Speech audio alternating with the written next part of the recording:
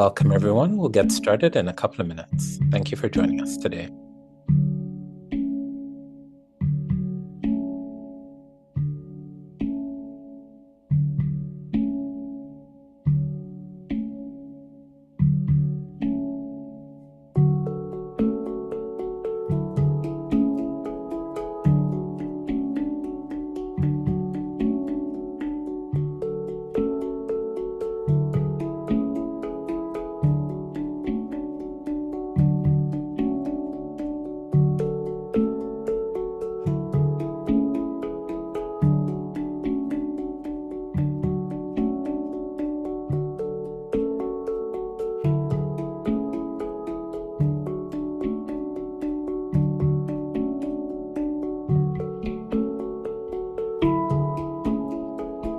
Welcome to everyone who's just joined for the Faith4Land webinar. We'll be starting in a minute, so please get yourself settled, comfortable in a meditative position or a cup of tea, whatever allows you to be present and fully here with us today. Thank you.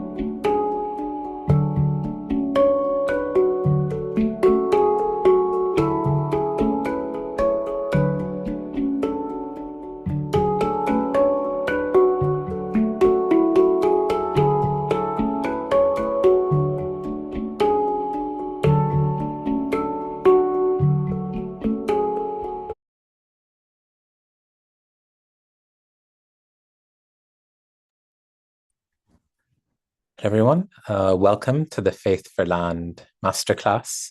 I'm very delighted to welcome you today. A masterclass that's co-hosted by the WWF Values and Belief Program and Trillion Trees and the G20 Global Land Initiative. We are meeting in the context for Faith4Land Week. Earlier this week, senior faith leaders gathered and met to discuss our collective responsibility for land, for creation, for stewardship of the earth. And today we translate that spiritual commitment into practical action. And we have a very exciting masterclass for you today, of which will also be recorded, the slides shared, and the resources provided, just in case you'd like to take notes and make sure that you're fully present with us today. I'll start with giving some context and housekeeping. So first, at the bottom, you'll be able to see there is a captions button. So in case English is not your first language, you'll be able to press the captions button and add that as an addition for your learning today in whatever language that you please. And we'll be asking all the webinar participants to be speaking clearly and slowly so that your voice can be captured well by the AI. Second, you'll be also able to see that there's a Q&A button. So in case you have any questions that come up from any of our discussion today, further information that you would like, please use the Q&A button. And if we have time, we'll get to them at the end of the webinar. And if not, we'll make sure to get back to you collectively. And third, we'll be sharing with you some resources as well at the end of this webinar, which is a template that will be able to guide you through what we discussed today. So today's learning journey is going to be focused primarily on the 6-step faith tree growing guide framework that was developed by WWF and Trillion Trees. Today we'll be covering some real-world examples of faith communities who are doing incredible work on land stewardship and restoration in Kenya, Nepal, Argentina, Indonesia, Tanzania, and beyond. You'll also be able to identify whether it's your first engagement in land restoration, your first concrete steps for the next 30 days, or if you're already doing work in your communities, how you can sustain, scale, and further strengthen those efforts. We'll be sharing with you information how to join our global community within the G20 Global Land Initiative as well. And we know this is always a question on who is the G20 Global Land Initiative. It is an intergovernmental forum started in 2020, really with the ambition and aim to reverse land degradation and reduce degraded land by 50% by 2040. It is under the UN Convention to Combat Desertification, the UNCCD, and there is a COP, a meeting of the UNCCD happening in Mongolia next year, in which we all encourage you to engage and join. And our masterclass earlier this week, webinar earlier this week, was focused on the road to Mongolia. And for those that were there, you'll have that context. And for those that weren't able to make it to that session, we'll make sure to also share the video with you. Now, for today, and before I hand it over to our expert masterclass practitioners, we wanted also to share a little bit of context for why we feel as a G20 Global Land Initiative, it is important to engage faith groups in land restoration efforts. So over the last year and a half, we've been engaging in a global stocktake process to assess for the very first time what faith groups are doing with respects to land restoration and reversing and halting degradation. You'll be able to access that report in the link that's highlighted, as well as the QR code if you'd like to scan it, and we'll make sure to send it to as well.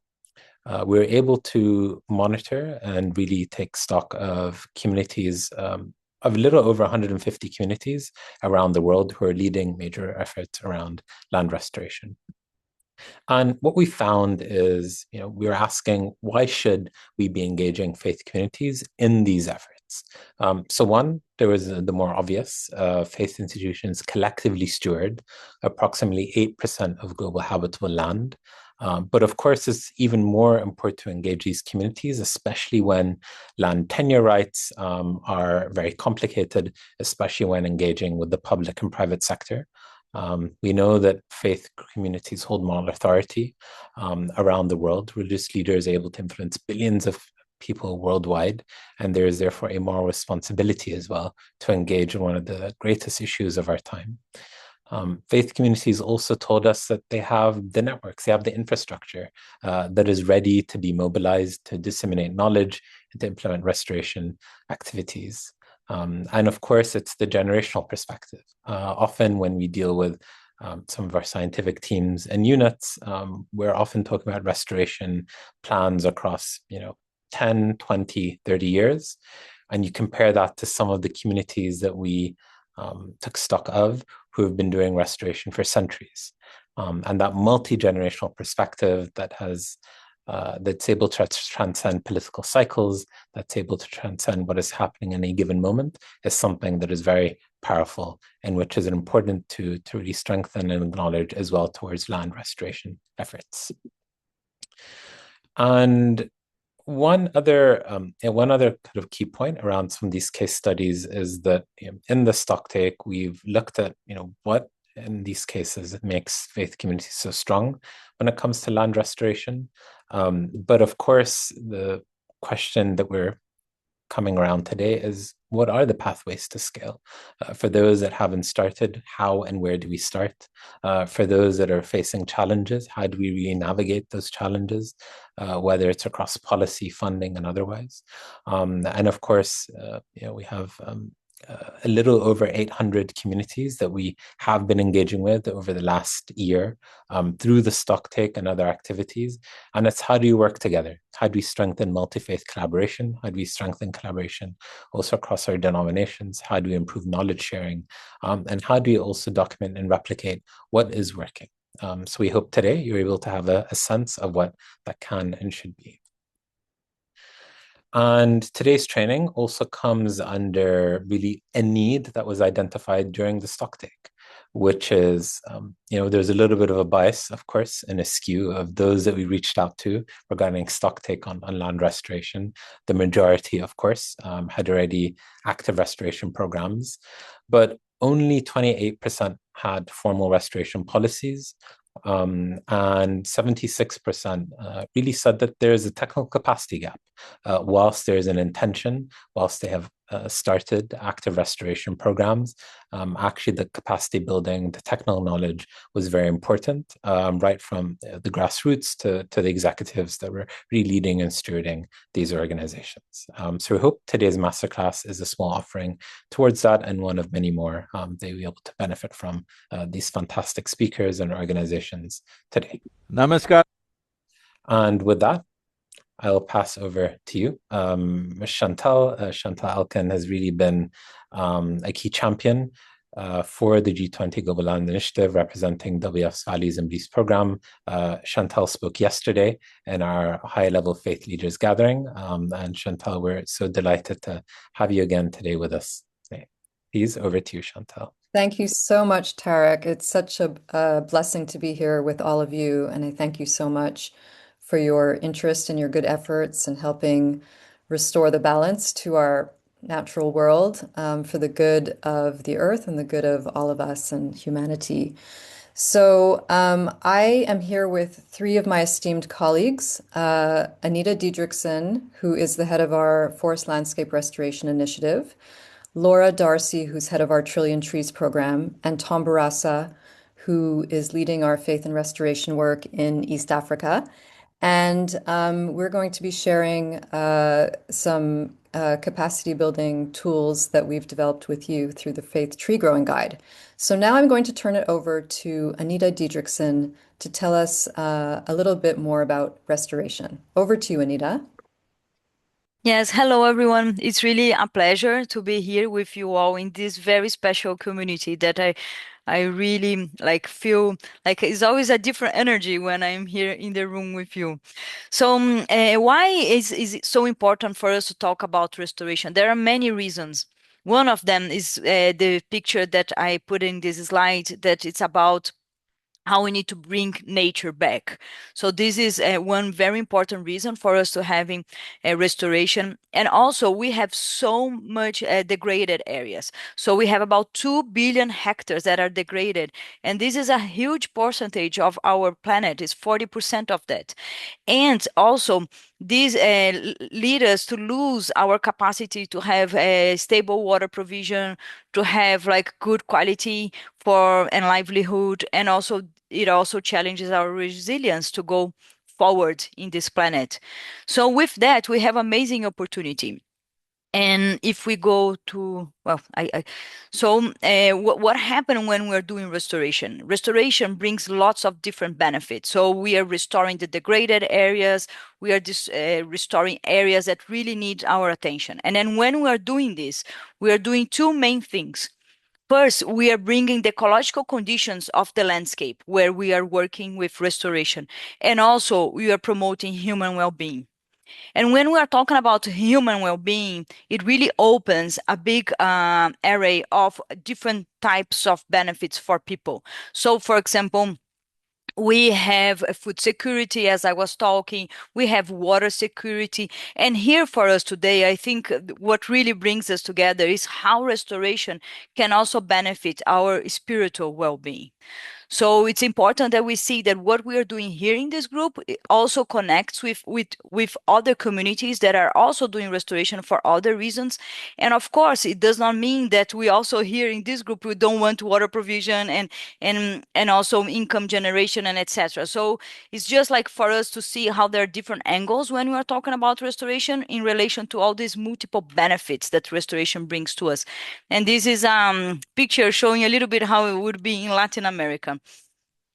And then across the past years, under the hat of the UN Decade on Ecosystem Restoration, we developed principles and standards. And also in the Global Partnership on FLR, we also have principles and standards. And why are they important? Is because we need we put so much energy, we put resources, we engage our communities. So we need to make sure that we're doing the best way possible with high quality. And by understanding these principles in these standards and use them, help us to get to this high quality. And here, I would like just to bring a light to you about the principles of the UN Decade. They are 10 principles. I'm not going to read them all. I just want to bring this in front of you for you to know. And there is one that I want to mention, is the principle number 2. The principle number 2 talks about how when we are doing restoration, we promote inclusion and participation. And it's very important that we do this all through the process since the beginning. When you are thinking about doing restoration, we should already bring our community to this conversation and dialogue. And then when we go to the next presentations that we're going to have all through these 2 hours together, we are always going to be talking about this. Like, these principles are just part of the guide that we wrote, and you can always go back and see then with more detail.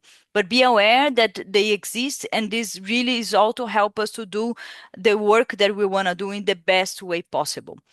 And then I have one more slide that is about talking about how these principles also fit into the guide. So, for example, we are talking with you about how we need really to use the adequate approaches when we are thinking about tree growing, how we need to make sure that our community is part of the process, as I just explained it. And I think the big thing of this guide when we were writing is we thought about, okay, we don't want to talk about tree planting, we want to talk about tree growing. And the reason for that is that very often, like, trees are only planted, but people don't remember that we need to look after them and care for them. So this is also very important when we're doing this work, and use this as a principle that our long-term commitment with our actions on tree planting needs to last and become tree growing. Also, we will be talking about how we need to work with adaptive management and how partnership and knowledge integration is also so much part of this process. So I'm looking forward for where we're going to hear next about the guide, and so I will pass now over to Chantal. Thank you. Thank you so much, Anita. So once again, my name is Chantal, and I run the program at WWF that supports our organization to deepen our partnerships with faith organizations and communities around the world. And over the last 4 years or so, I would say, we've really been deepening these partnerships in places across the world where land degradation is very severe. And you're going to be hearing today about some of this work because we've invited some of our very esteemed faith partners to come and give us very short overviews of their case studies of their very unique and diverse restoration initiatives. And through these partnerships, it's become really obvious of how beneficial it is to bring science and spirituality together around our shared goals of restoring the land for nature and humanity, and has such incredible potential to rapidly accelerate and scale restoration of degraded lands, especially during this really urgent UN decade on ecosystem restoration and in the run-up to COP17 with the UNCCD next year in Mongolia. So, as Tarek stated in his initial remarks, one way that we can really support this as a conservation organization to support you in the way that you steward your lands is to respond to your to your desire to have more capacity building and more training on best scientific practices and guidance on tree growing and restoration, just like Anita just highlighted. So, what we decided to do in 2022, with the support of UNEP's Faith for Earth Coalition, was to develop a faith tree growing guide that you see pictured here. And it's a 6-step process that we're going to share with you today. And we hope that it will be very helpful in supporting your efforts to restore your lands so that they may be productive in every sense of the word, bringing benefits that are economic, social, and spiritual to you and your communities.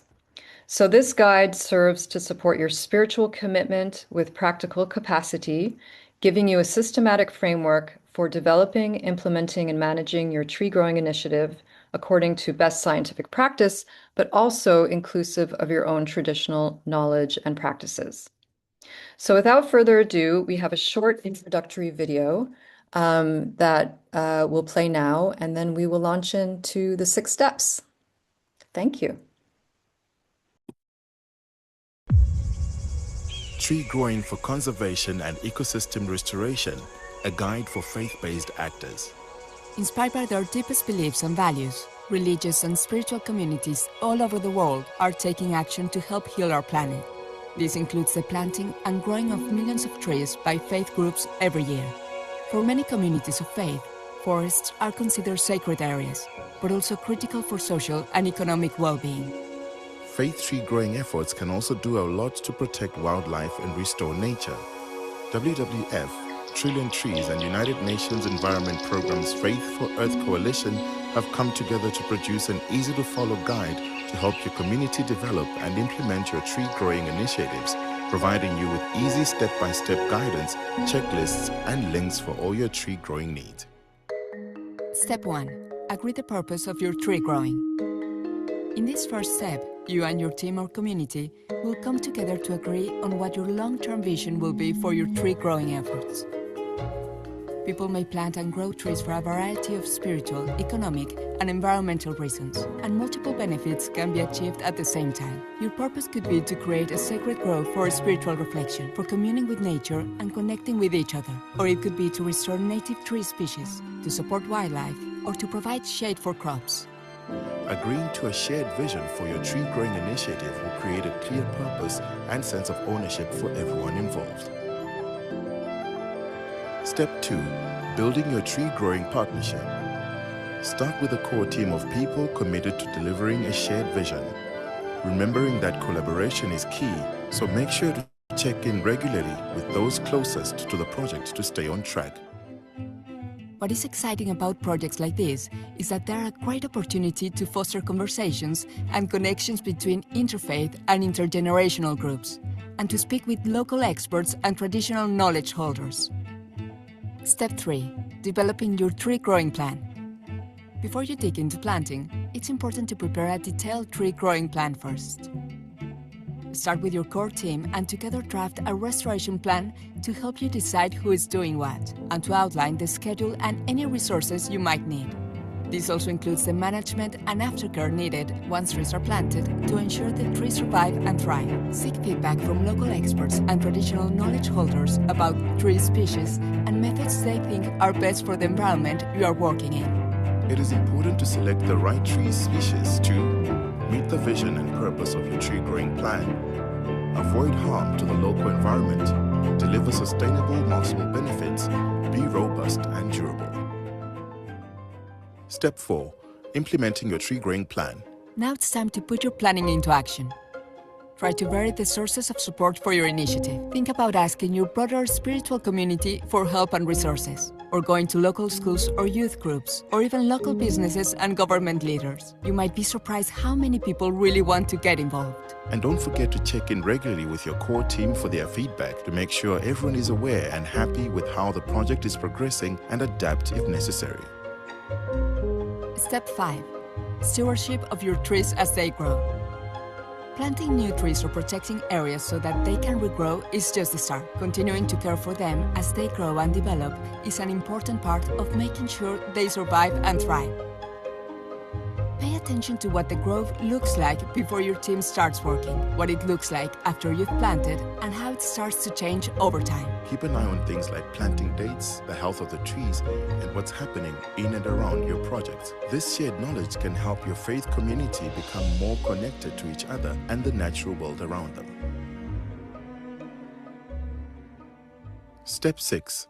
Sharing knowledge and connecting to the global movement. Congratulations! You've made it to the final step of the process. Now it's time to share what you and your community have learned through this journey to inspire and help others.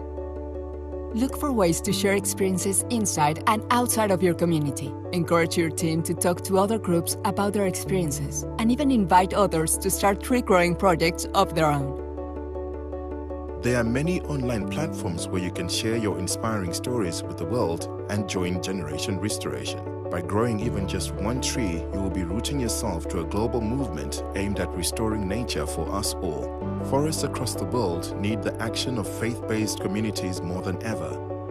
Your faith-led tree-growing partnership has the power to transform your local lands and ecosystems for the good of the people, nature, and the climate, and can have an enormous multiplying effect.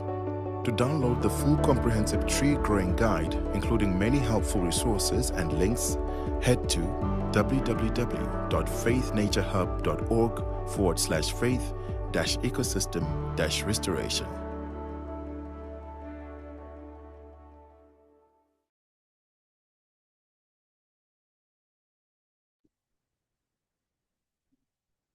Thank you very much. And now I'd like to turn it over to my colleague, Tom Barassa, to take us through the first step. Over to you, Barassa.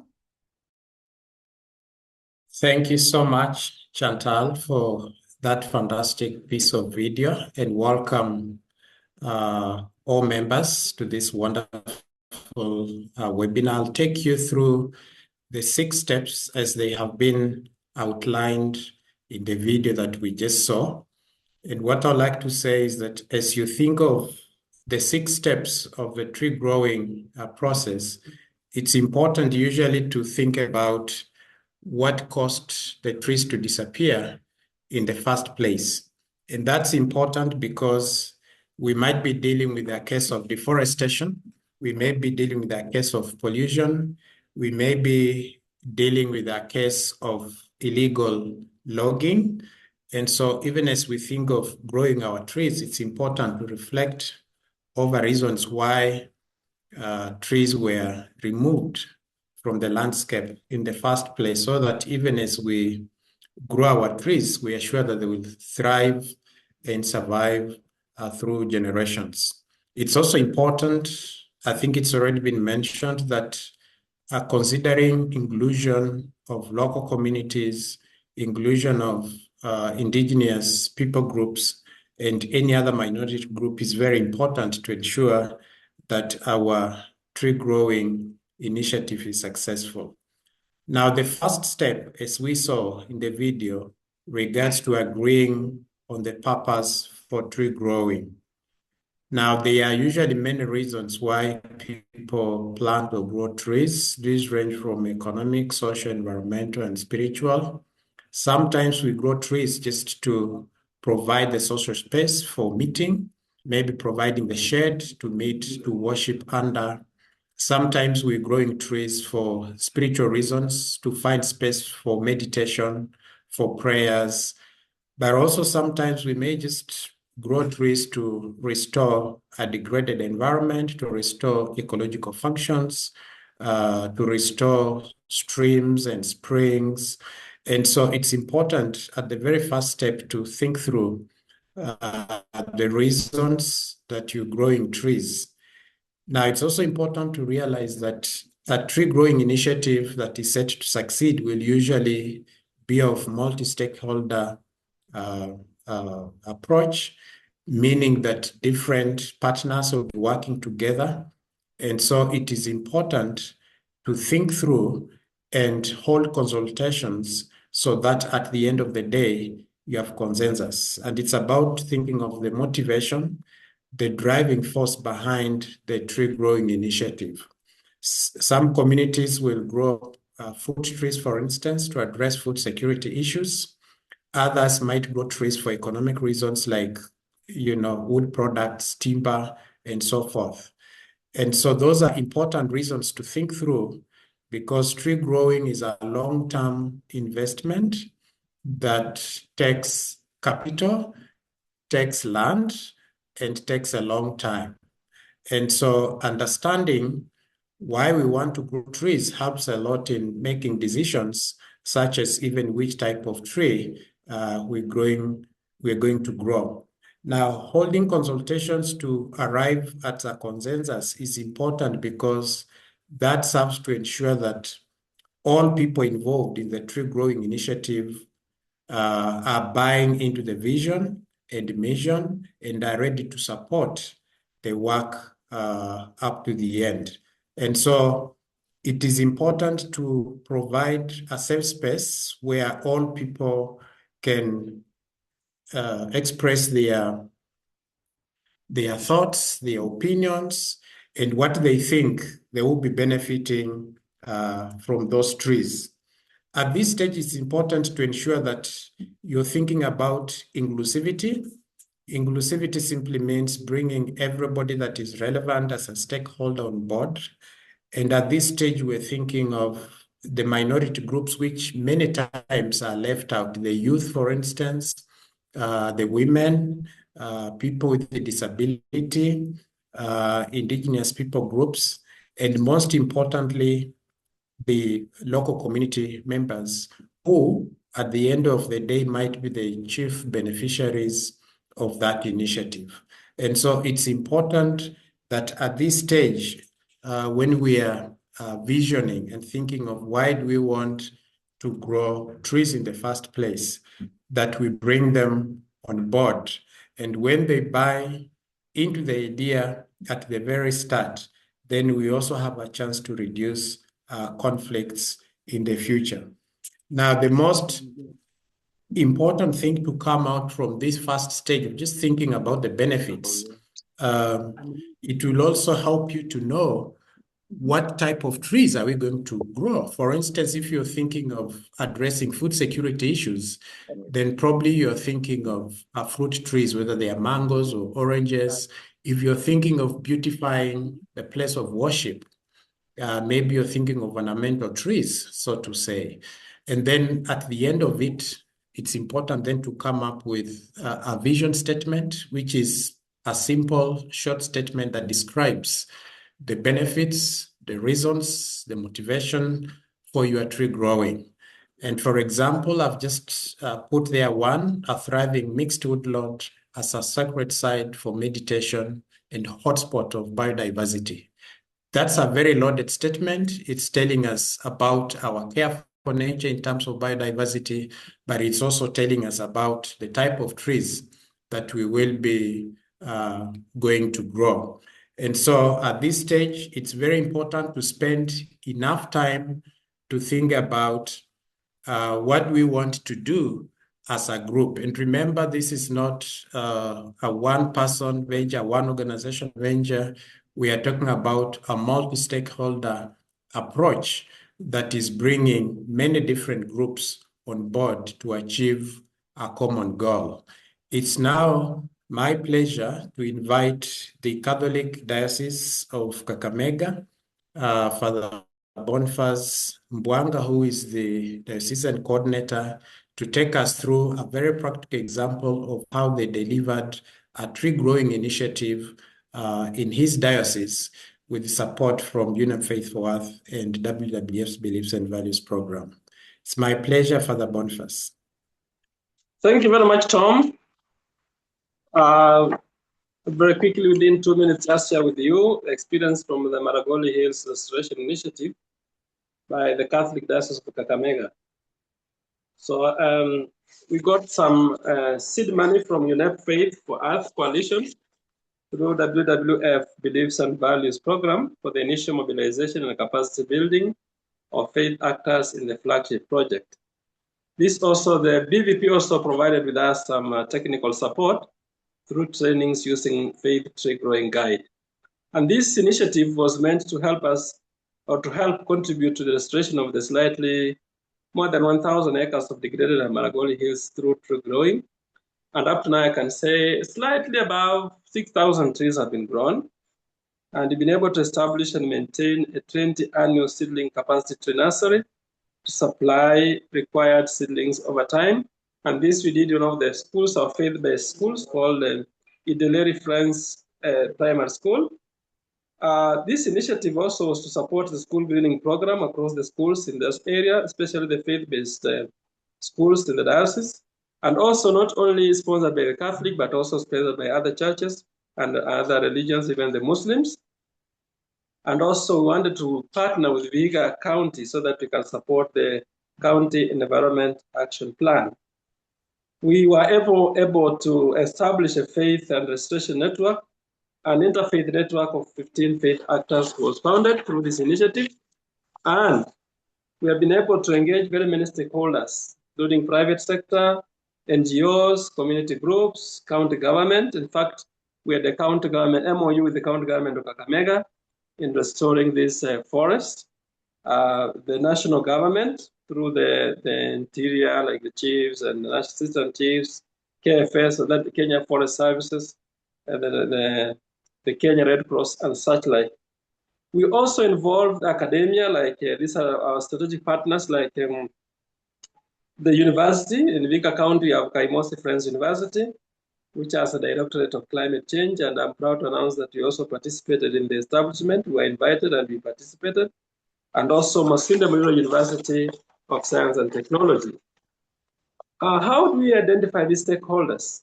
We did a stakeholder mapping, which we did a kind of transit walk through the hills to identify and meet stakeholders. Our focus is the community, and we will bring together community from very different backgrounds, cultural backgrounds, and language, and religion, so to say. And we also target the government agencies, like as I've already said, Kenya Wildlife Services, the county government, the Kenya Forest Services, civil society organizations, and even banks, financial institutions. We have also strategic partnerships, like as already mentioned, we have an MOU with Vihiga County, and the mobilization of these stakeholders is through leveraging existing faith networks. Like we have what we call the NCCK, that is the National Council of Churches of Kenya, the Muslims, the Supreme Council of Kenya, Council of Islamic Preachers in Kenya, Evangelical Alliances, which we try to mobilize around 15 religious groups. Our focus is also very much in the community, because that's where the action is. And we have been able to hold across 11 villages spread around the hills to win local community ownership. And we continue engaging this community every week, twice per week. That is on Tuesdays and Thursdays. We also use the media. We have severally been on air on Vihiga FM to reach wider audiences, and we speak even the local language, and of course Kiswahili, which also reaches quite a big number of people. We have engaged our faith-based institutions, the schools, and we have been able to reach more than 15 schools. What motivates us for this initiative is to restore water sources, especially springs and streams, that provide water for the local community. Water is life, and therefore when we provide this, then we know we are also engaging in a God-given responsibility of restoring and promoting life. We also promote food security and improved livelihoods for local community through growing fruit trees. We really encourage them to grow fruit trees. And the motivation for this initiative also is also to restore the spiritual and cultural heritage of the landscape. This Maragoli Hills forest has sites for religious and cultural activities like circumcision. Even people go there, we have caves there, we can go to pray. And when we restore, then we are participating in restoration, ecosystem restoration. And lastly, the vision for this initiative is to have a restored Maragoli Hills for spiritual and cultural heritage of an empowered community through community engagement, doing faith actors, and so many people, even our strategic partners and other institutions, who want together to restore this ecosystem so that we can restore it what God intended to be. Thank you very much.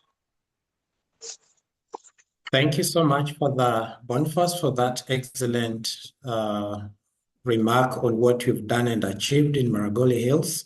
It's now my pleasure to walk you through step 2 of the tree growing guide. In the first step, we have already mentioned that you have agreed on the vision, on the purpose, on the reason. Now, step 2 involves building your tree growing partnership. Like I mentioned, successful tree growing initiatives are usually of multi-stakeholder nature, of interfaith nature, because you're bringing different partners to work in a framework of collaboration. And so it involves, first of all, identifying, mobilizing, and engaging like-minded stakeholders, organizations around you, so that you can achieve the aim of sustainable tree growing. Now, if that is to happen, we are basically asking ourselves, why should we work together with other stakeholders? Why should it not be just one person? In terms of sustainability, collaboration brings cross-generational learning. We are able to bring different generations together and learn lessons because, like I said, tree growing initiatives are usually of long-term nature. And we are also able to draw different expert knowledge from different people. We are able to leverage resources, including land and funds, or even tree seedlings for growing from different organizations. And so that kind of collaboration brings about synergy that accelerates or ensures that our initiative becomes sustainable. Now, because we are working with the different stakeholders together, in this step, it is important to nominate a small team that you can work with to coordinate activities of the initiative. This is what we call the core team. Sometimes we call them the project steering committee or project steering team. Not a very big team, maybe 6 to 10 people, based on the number of stakeholders that you have. Now, once you have set aside a core team, then you'll be thinking through questions like, where do we want to grow these trees? And who is going to benefit from these trees? Who is going to take care of these trees? Do we need a formal engagement, like an MOU, Memorandum of Understanding, to guide our partnership? And this is important because where you have different organizations working on a common goal, sometimes there is conflict, but then when you have a formal engagement, you are able to navigate around those conflicts and challenges, because then you are able, in that formal agreement, to draw your responsibilities, your roles, and most importantly, also the benefits of your tree growing venture. It's also at this stage where, again, revisiting the issue of inclusivity is very important. We just want to be sure that we are leaving no one behind. We are moving with everybody in the direction that we want to move. And so when you have a formal MOU, this is equivalent to what we call the public-private partnerships, because then sometimes you have government agencies coming on board, like the case of the Catholic Diocese in Kakamega. You have NGOs which bring on board expertise knowledge and come with other resources. You have other faith communities that will be bringing very strong motivation for tree growing. Then you have the local communities that will be bringing knowledge, indigenous knowledge, even on which type of trees to grow, for instance. They know which tree is the best for that landscape. And so bringing all these people on board creates synergy that ensures success of our tree growing venture. Now, at this stage, it is my pleasure to bring on board the chairman, the president of the Nepal Buddhist community, to speak to us, basically just sharing what they have done before in terms of agreeing on partnership, bringing people together, and developing a strong team to move forward. It's my pleasure to invite Geshe on the platform. Thank you very much for the opportunities. So, Nepal Buddhist Federations, our work is especially in the Himalayas, in the Buddhist populated zone in the Himalayas of Nepal, bordering with mountains, plateaus, Tibet. So in these regions, based on the Buddhist principle, the land restorations and conservations of the environment practice has been long before our international initiatives about conservation is being drafted and started to raise the voice. Likewise, like respecting the water sources, like avoiding the deforestations, declaring that as non-violent zones, prohibiting hunting, and then all the vulnerable eco areas, declaring them as like celestial mentions of a certain faith, the deities or the protectors. So the practice of conservation has been there for a long time, but due to the migrations and also the modernizations, urbanizations, and internal outer migration, and promoting the economic, temporarily economic benefits in these regions have slowly affected these practices, traditional practice of conservation, and slowly it's dying. And of course, everyone knows there's now the Himalayas are the most vulnerable due to the climates and global warming. They are being first victimized in this global scenario.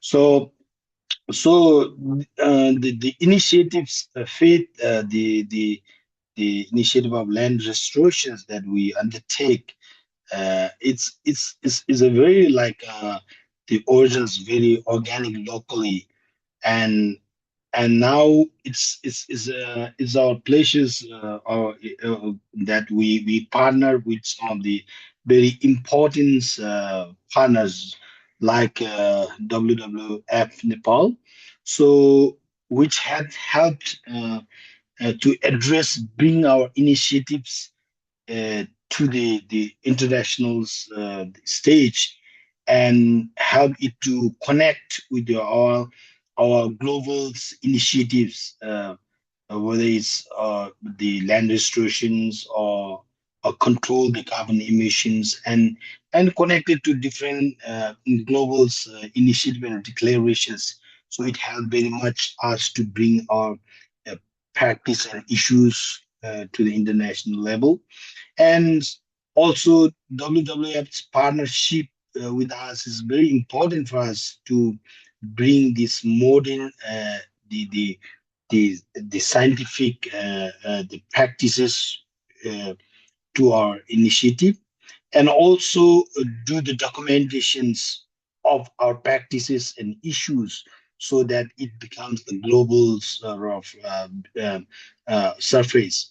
So well, for that, WWF Nepal has been very important partner to us. So, and also because our initiatives in Nepal is very local, and as you know, the Nepal, the local communities and even the government itself is not so much well resource, especially the funding for different programs. So we really need to have to rely on international and other resources. So WWF really helps, and we helps us to sort of get connected to those resources. So that's why our partnership with WWF becomes very crucial and important. And the other partnership we are doing with is that for the generating baseline and others findings to recognize the different species of trees regarding the altitudes on different landscapes. So we partnered with local universities, Institute of Forestry.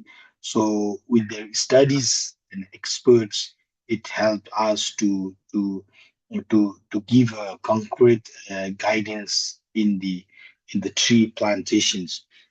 So also the governments become local, and the central governments becomes another our important allies to bring forth the rule and regulations for conservations. And also we are constantly negotiating, talking with the governments uh, to integrate those of our traditional practices into local rule and regulations, so that the governments can implement the restorations policies and practices adapted with the government policies. And of course, to work on the field, so we as champions, we have to rely on all our partners, member monasteries, which is monasteries are usually the central for social gatherings, spiritual, and everything in these Buddhist communities. So monastery and member of the monasteries that becomes very important for us to implement the plan and ground, so which we are really connected and that we Uh, implement. yeah, So thank you. Thank you. Sorry, Geshe, we're running short of time. Thank okay, you so okay. Overall, much. so we are connecting with all the possible partnerships who help us to bring this our restorations plan and project on the ground. Thank you very much. Thank you. Thank you so much. I think Geshe brings out three important points. They have benefited from resource mobilization through partnerships. They have gained scientific knowledge and technical knowledge in tree growing, which is very important. They have been supported in matters documentation of their stories, what they are doing, again, sharing knowledges, which we will be seeing. And I think that's a wonderful example of building partnership around tree growing. It's my pleasure now to welcome Chantal back to continue with step 3. Thank you. I invite Laura Darcy from Trillion Trees, actually, to start presenting on step 3. Over to you, Laura. Yeah, thank you very much, Chantal, and thank you everyone for all of your highlights of the work that you've been doing. And I think the critical examples from Nepal and Kenya really bring the guide to life. And it's my pleasure to talk through perhaps what is the most detailed step in the guide, but one that really sets the foundations of what your plan could look like and how you communicate it and how you build that consensus across your organization and your broader constituency and the communities that you work with, which were fantastically articulated in the examples that we heard. So step 3 really does set out your intention for all to see and is really the heart of the delivery of your restoration efforts. And it does ensure that the restoration efforts that you make, where possible, do remain permanent. And as Tariq mentioned, the stock take, one of the highlights from the stock take that really shows why planning matters is that quite often restoration efforts face resource limitations. So careful planning really does help stretch those limited resources that you might face and avoid costly mistakes. Good planning also balances ambition with realism, and as we heard from Nepal, how those partnerships that you build can really help start addressing some of those challenges. Okay, so if we look at the next step, one of the things, well, part of this is actually planning your tree growing. So co-designing this plan is where a plan of your activities is really important for outlining clearly for the whole partnership the roles and responsibilities people have within to deliver that restoration, what they're expected to do and when. This also allows people across your partnership to have really shared ownership of your tree growing efforts and how they feel that they can contribute to developing that vision and the purpose and implementing it. And building that consensus is really important to consult widely as possible, so you can really identify opportunities that your restoration efforts can deliver, as well as also understanding where there might be potential risks to your plan.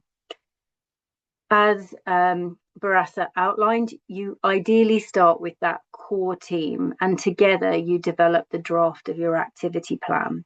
And once you have that plan in place and agreed by your team, then you use that as the basis to do that consultation with your broader partnership and the stakeholders that you have identified through the first and second phase and steps.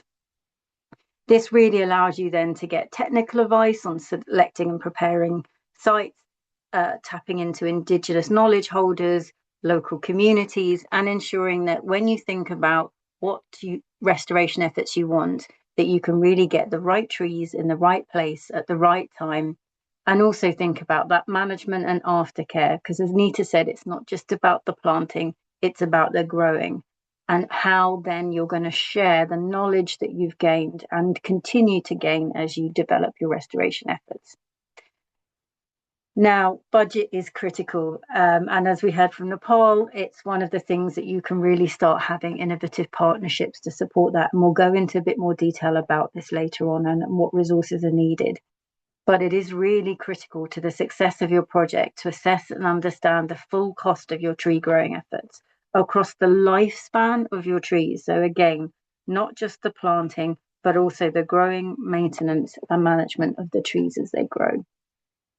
The size and scale of your growing efforts will need to be considered, and to ensure that you have sufficient funds to care for the trees as you grow and thrive, which may mean you want to do this in a stepwise process. You might want to start with a smaller ambition first and build, because quite often what we find is that the monitoring and maintenance of the saplings is often not considered. The timing in which you need money for, which is quite often in the first year or two, you'll have higher costs than in later on. You really need to start thinking about how that funding flows to your landscapes and to the areas that you're going to be restoring. It's also really important to be transparent with stakeholders. And again, this is where your plan is really important. It ensures that you can be inclusive and stay on track. And you can also deal with potential concerns that your wider community may have before the activities are being implemented, but also as they are being implemented. Your plan allows you to be prepared to be adaptable. So you can review it and revise it regularly as you move through the steps 5 and 6 that we're going to hear from Anita and Chantal.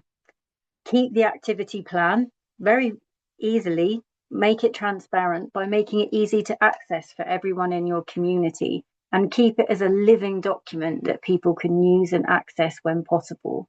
And as things change, share them with your faith group and community. That will help keep that momentum going through your restoration efforts, but also as they start generating those benefits that you'll agree that you would like to deliver.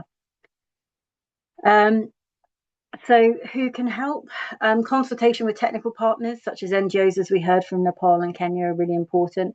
Forestry Commission are also really great to understand what's happening and where they might be able to support, and also particularly how you bring in experts who may be within your community on project planning, management, budget management, etc. It is worth considering the good enough principle. And when you first start sharing your plan in particular, it should be detailed enough to begin with, but not perfect. Start small and learn whilst doing, and refine as you plan for that scaling, because it's really important that you involve others as you do that. But at the heart of a restoration plan is those 3 key steps, which is the right trees in the right place at the right time. And that's the mantra that you can really need to keep repeating as you start deciding what you want to do. And I'm going to just go through very briefly some of the things that the guide starts articulating to help you think through how you can meet those 3 steps.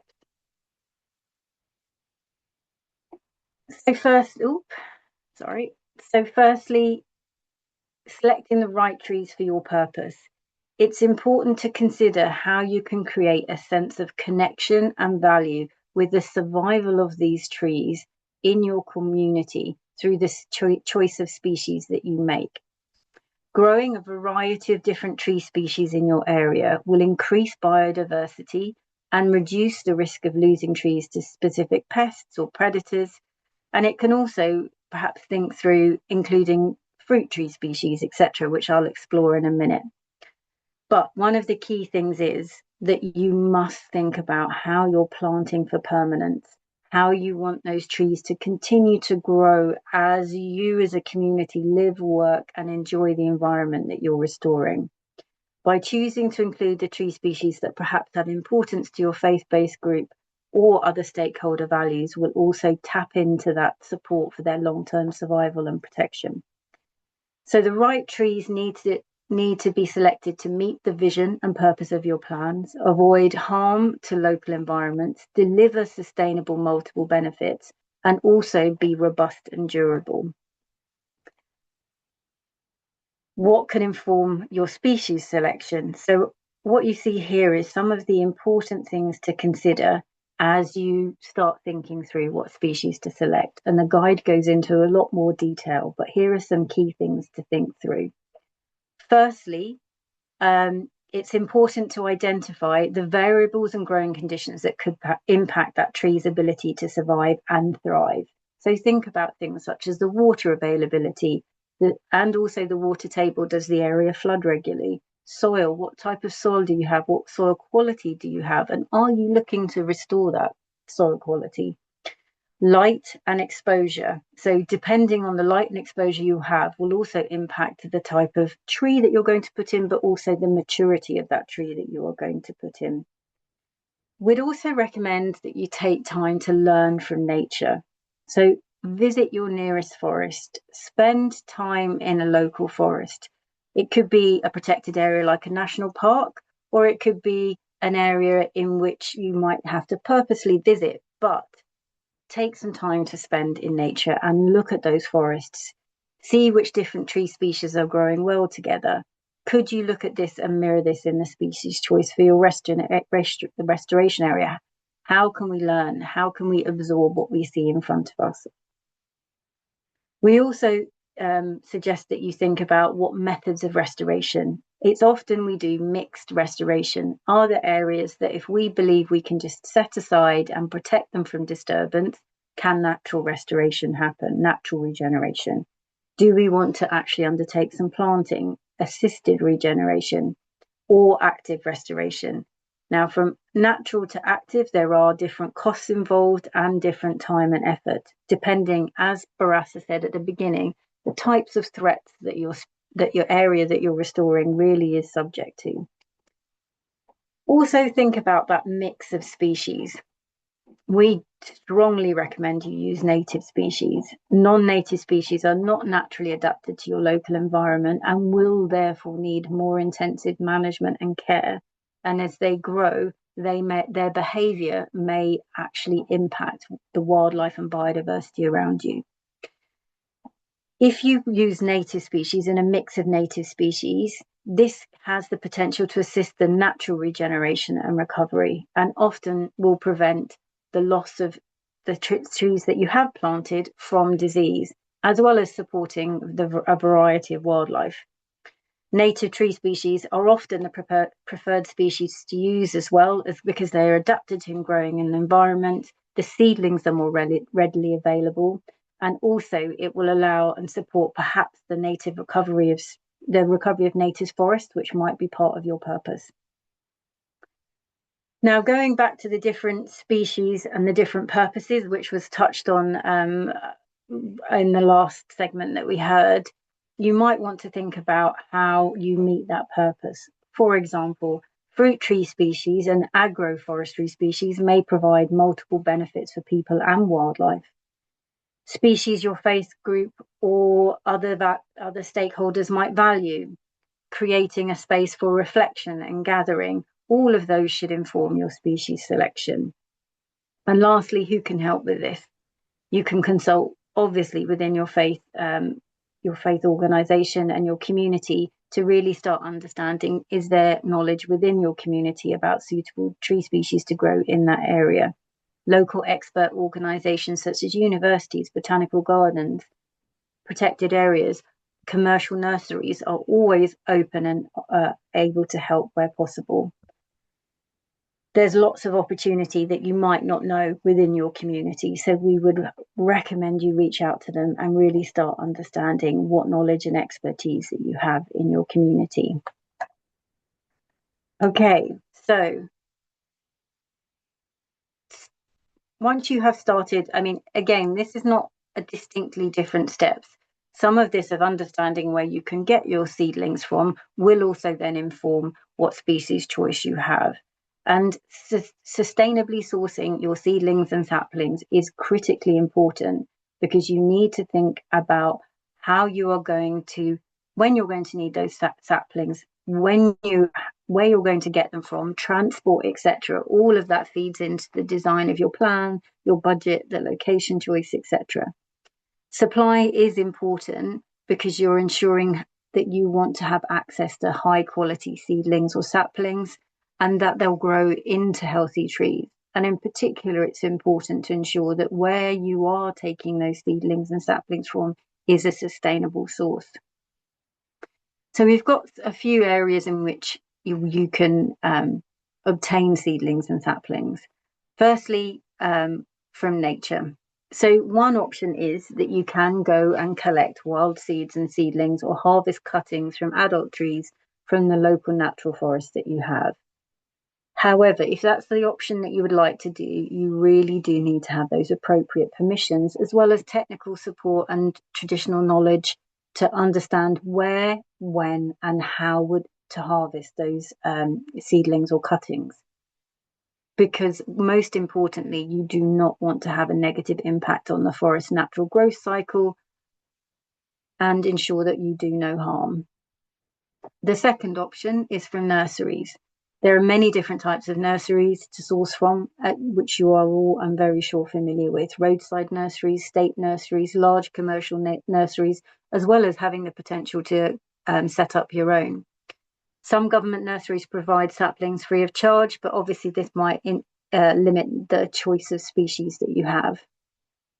You might also seek donations of seedlings that could be donated by partners or within your community. But again, this could present some challenges on quality availability, quantity available, quality of seedlings, timings of their availability that fit with the planting conditions, transport to and from and the site, and again, suitable tree species.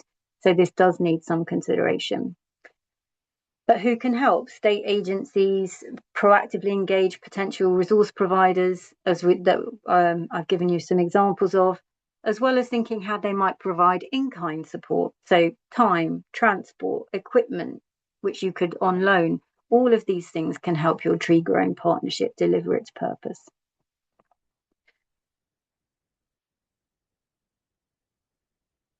So again, the next thing is to think about your right place, and all of these are very interdependent with each other. It's important to select the right place for your tree growing to be successful, and there are many types of spaces where trees can be grown, but these are some of the important factors that you could think through when you're deciding where to restore. Access is incredibly important.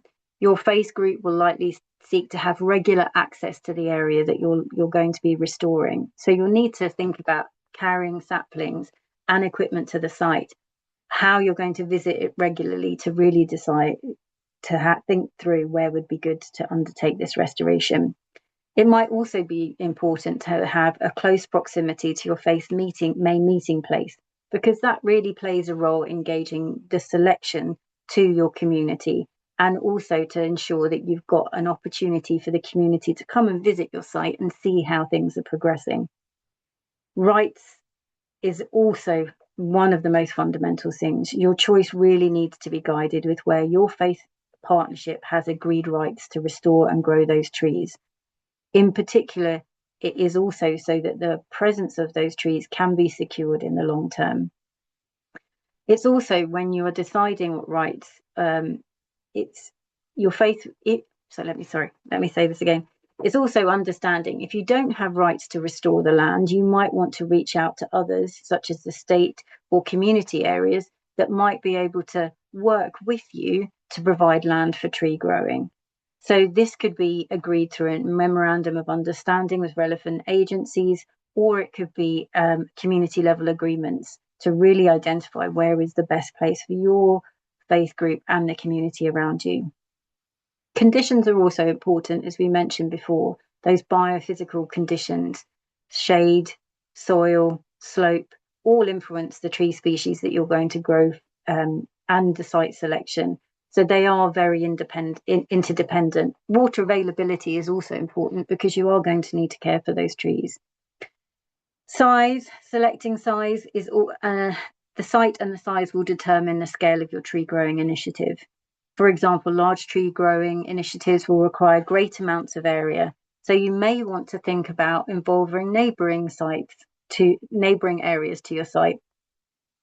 This also could be a good option for a number of reasons, for particularly the protection and restoration of a local river system, or building relationships and collaboration within your community. But also it's a lot more economical to grow trees in a single location rather than scattered throughout an area. It also means when you're looking at maintenance and management, you could share those responsibilities. Who can help? Well, I've touched on a number of those groups, but members of your faith could also help understand what you need to do to get those legal agreements in place to secure the long-term future of the trees that you plant. Again, reach out to them and find out what talent and resources that you have within your community.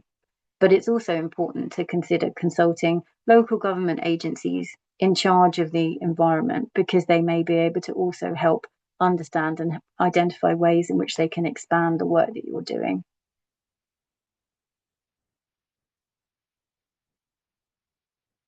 So how to select the right time to plant. And I'm going to just go through this very quickly, but here are some of the factors that you'll need to identify about what is the right time to plant the tree species you've chosen. This will ensure that you have suitable conditions for your trees to grow and thrive. You need to consider the environmental factors, seasonal changes, rainfall regime, and as I mentioned, access to water. National weather agencies regularly track weather patterns over several years and can advise you, but it's important really to think through how you can be flexible, because as we know, and as we found out through the work that we do, that climate change is disrupting a lot of local weather systems. So it's now quite unpredictable about when the most suitable planting time has happened. Ecological factors. When is the best stage in a tree's life cycle to plant outside? This is again where we can learn from nature, and knowing when the tree species are when they're out in the wild, where they fruit and flower, is really important, because that can give you a sense of when is the best time to plant them out. Socioeconomic factors. Think about cost, and resources, human and resources and budget. What time of the year do we have best access to the site? How long will it take to raise the funds to support the planting? When can we think about national holidays and the time of year where people will be happy to help? It's also thinking about some of the important times for your faith. Could restoration occur in a special time in your faith calendar? For example, Tu B'Shvat in the Jewish calendar, a day which promotes ecological awareness and tree planting. To celebrate this restoration effort is an important consideration in engaging your faith. And lastly, the availability of those saplings that you're sourcing. You will need to have planned the time for when they're ready to plant out and when the nurseries have them available. So just to wrap up this final stage, a couple of considerations on that good enough principle, which we mentioned before at the start. Planning should be detailed enough to begin with, but not perfect. Start small, learn while you're doing, and refine the plan for scaling. And think about those common mistakes that people have. And this is why it's really critical we share our knowledge and understanding to make sure that we don't repeat those same mistakes. Over planning that delays action, underestimating maintenance costs, ignoring seasonal realities, planning too far ahead from early stages, and not being adaptable. Now, enough of my voice for a moment, and it's my pleasure to hear another voice, a practical voice from the field. And I'm very pleased to welcome George Wiestein, and forgive me if I said that wrong, who is a theologian and social worker from Argentina, who is working to support the restoration of the Atlantic forest in South America. Over to you.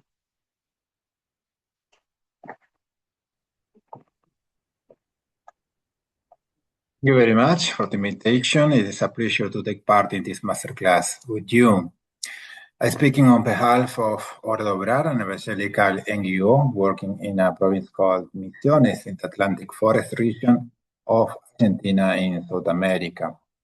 This province has lost more than 130,000 hectares over the past 4 decades, about 3,250 hectares every year. Restoration is not only but essential to safeguard a territory rich in biological and cultural diversity. Plan and network. De Obrar developed a plan to work with a network of 1,139 smallholders, farmers, indigenous Mbia Guarani communities, the University of Misiones, and local congregation of the Evangelical Church of the La Plata River. Our strategy is to restore the health of the land through the reintroduction of native trees and fruiting plants into agricultural fields, which fosters a thriving ecosystem that makes crops more resilient, protects them from storms, stabilizes soils, and safeguards water sources. Goals and achievements by 2020, 307,000 native trees were planted, 733 hectares were restored, 1,139 farmers were supported, 2,200 more people were engaged, and farmers now report healthier crops, better water retention, and stronger community ties. How we developed the plan?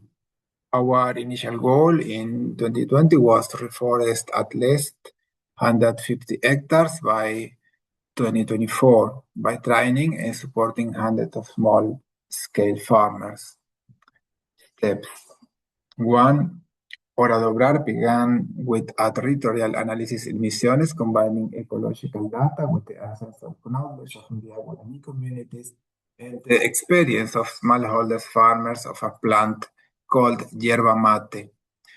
This participatory approach ensured that the plan was rooted both in science and lived community realities, making restoration a shared priority rather than an external imposition. 2, we also mapped the unique contribution of each actor, indigenous Mbia Guarani as custodians of springs and forests bringing ancestral knowledge, smallholders farmers to transform productive systems through agroforestry, academic and state institutions to provide technical expertise and nursery capacity, regional networks as members of the Trinational Atlantic Forest Restoration Network. We coordinated strategy with more than 30 organizations from Argentina, Brazil, and Paraguay. Special role of 5 actors. They mobilized volunteers, youth, and women, embedding restoration in spiritual practice. We promoted ecotheology to frame restoration as both a spiritual and ecological duty, uniting diverse communities. 3, we set up multi-actor committees with representatives from these groups, where decisions were made together, ensuring inclusivity and legitimacy. We also established joint training spaces. 4, the plan began with small pilot reforestation projects and educational activities. Over time, it scaled into a wider program through alliances with universities, cooperatives, and international restoration networks. Lessons learned, good practices. Begin with participatory analysis of the issues and intercultural dialogue about solutions. Listen to and learn from indigenous communities' roots, restoration, and ancestral knowledge. Engaging through faith brings legitimacy, trust, and hope, making reforestation a shared act of creation care. The leadership of women and youth ensured the continuity of restoration activities and created a culture of care of co-creation within congregation and schools. Combine technical training with spiritual and community mobilization. Build alliance across scales, local, provincial, trinational, undecade on restoration. Partnerships with governments, institutions, universities, and transnational networks provide the technical expertise and support that ensure durability and sustainability. Integrate gender justice and youth participation to broaden ownership. plan for risk. Argentina's volatile economy and recurrent droughts required risk management. We purchased seedlings to anticipate inflation, applied hydrogel technology to improve survival rates, and planted 4,000 trees in flood-affected areas with university students. These measures ensured resilience despite external shocks. Mistakes to avoid: relying solely on state funding given chronic underfinancing of the native forest law. Neglecting post-planting care, science survival rates depend on long-term monitoring. Overlooking land tenure issues as restoration must be tied to secure community rights to avoid conflicts. And that's all, friends. Thank you very much. Thank you very much, George. And I think that's a fantastic example, particularly some of those good practices and some of the mistakes that you've highlighted are the things that were recognised in the guide. So thank you very much for that, and congratulations on a really successful restoration effort that's ongoing at the moment. We're going to look at the next step of the guide, and this is really, now you've got your detailed plan, this is the exciting bit. As we heard from all of our examples so far from the field, this is the fun part. This is where you take your plan and put it into action. So one of the things that you need to consider is also about how securing the resources to deliver. As we heard from George, a reliance on a single source of funding can be a real challenge. And here we are looking at the number of different types of resources that you need, financial and human resources in your partnership. And this is particularly where consistency is important, but also adapting your plan as and when necessary. You really do need to map out the resources you require to implement the activities in your plan, and that will help you revise your plan as well as you go along. You need to consider the time it will take to secure, implement, and monitor and promote your tree growing initiative. You cannot, as we've heard, you really cannot underestimate how much time things are going to take. You also need to think about the funding levels and how long it's going to take you to secure them, but also how your funding requirements change over time. This will inform you also of the different resources that you need. Human resources. So securing the support of volunteers is really important, and often one of the critical resources that we use throughout any of our restoration efforts. So it's really important that you think about, you might be looking to youth groups in your faith group. As we heard from George, women, both groups were critical in ensuring that this project continued. But as we mentioned before, really start understanding the skills and variety and opportunities that you have within your faith organization and initiative. There may be hidden gems that you don't know about that you can tap into.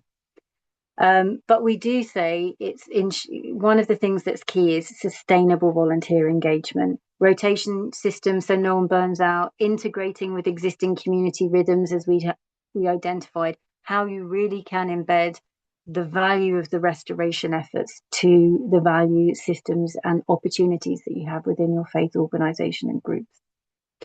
Financial resources are really important. It's important to diversify the sources of funding where possible and not be too heavily reliant on a single source of funding, and that includes your community. This will ensure the sustainability of your initiative, and also you have opportunities undertaking that restoration as well. You could consider the possibility of the trees as they grow, providing some form of income that could support their long-term maintenance and could help you manage the forest that you're restoring. You might want to look at perhaps creating a space for visitors for reflection that you might be able to invite and share, and also rent out to individuals and groups. You might want to think about non-timber forest products in your mix of species that you use, which could include forest products, food products such as nuts and fruit, or medicinal plants like neem, or resins such as natural rubber latex. All of these things will help contribute to the maintenance and management of your site, and are really important to think through when, again, you're making those decisions about what tree species to plant and where. Keys to success: by following and adapting your plan as your partnership learns more about your site, your stakeholders, and the trees you're growing, and communicating with your partnership and sharing your knowledge externally is critically important, as we'll hear in a moment. It's important to be responsive to the condition as conditions change, and in particular, update your plan and be transparent and share changes with your wider stakeholder group as they happen. And some of the keys to success that we've identified is check in regularly with everyone, reconfirm everyone's happy and aware of their roles and responsibilities, track your progress and identify areas in which your plans need to change, be responsive and consult and respond to any changes, positive and negative, that might need to happen with your plan, as we've heard. Be consultative with your partnership so that they understand what changes are happening and don't see it as a failure but an adaptation. Be transparent and where you're learning and discussing and reflecting those with your partnership, and capture the changes that have been recommended and who has agreed them. And lastly, again, learning from others. Partners can share examples of plans for similar areas, experiencing and designing and delivering them. Reach out to your community, reach out to your traditional knowledge holders. Lots of people have undertaken restoration at different scales who might be able to provide you with support. So lastly, here are some of those key considerations. Why implementation success requires different strategies than a launch. Launch events are big turnouts, lots of energy, but restoration succeeds or fails based on the consistency of maintenance over months and years. This is where quite a few projects struggle. Adaptive management practices: when challenges arrive, as we've mentioned, don't panic, document what's happening, consult partners, and try small-scale solutions, learn and adjust. Don't try and fix everything at once. Common implementation failures: these are things which we've identified through the stock taken, through practices that often go wrong. Planting at the wrong time of the year, insufficient initial watering, no protection from grazing, waiting too long to replace dead seedlings, losing momentum after the launch event. The more we share where we learn from our own mistakes and adapt, and what we did to make the change a positive learning experience for everybody involved in our project, the more that we end up involving others and succeeding together and really being part of that global restoration movement. Now, another voice from the field that I'm very happy to share, and we have Pastor Fulco Haera from the Christian Council of Tanzania, who's going to be talking about the restoration work in Ruvuma in southern Tanzania, on the border of Tanzania and Mozambique. Pastor Fulco, I'm passing this over to you. We're looking forward to hearing from you.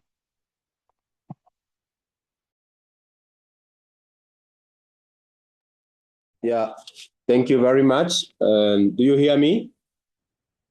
Yes, I hear you wonderfully. We hear you. Thank you. Yeah, thank you very much for this opportunity. At least I can say something. It is my pleasure to represent my fellow faith-based restoration team from Ruvuma. I humbly extend my sincere compliment to WWF, who reminded us as Christians, as religious leaders, on the vital role of land restoration. This program remains to be a good lesson to religion leaders in Ruvuma. Here in Ruvuma, Tanzania, we work as a team where 15 FBOs are united together with same objectives and strategies of restoration. And we have been doing this successfully under supervision of WWF. In one year ago, that's our success, we Faith organization managed to plant about 200 hectares of our land under restoration program. And we have pledged to restore about 4,000 hectares under this program if we are going to be supported. Over 100,000 trees were grown in 1 year ago with 70% of survival rate. We have had this succession because of our joint collaboration and partnership through this newly reformed faith-based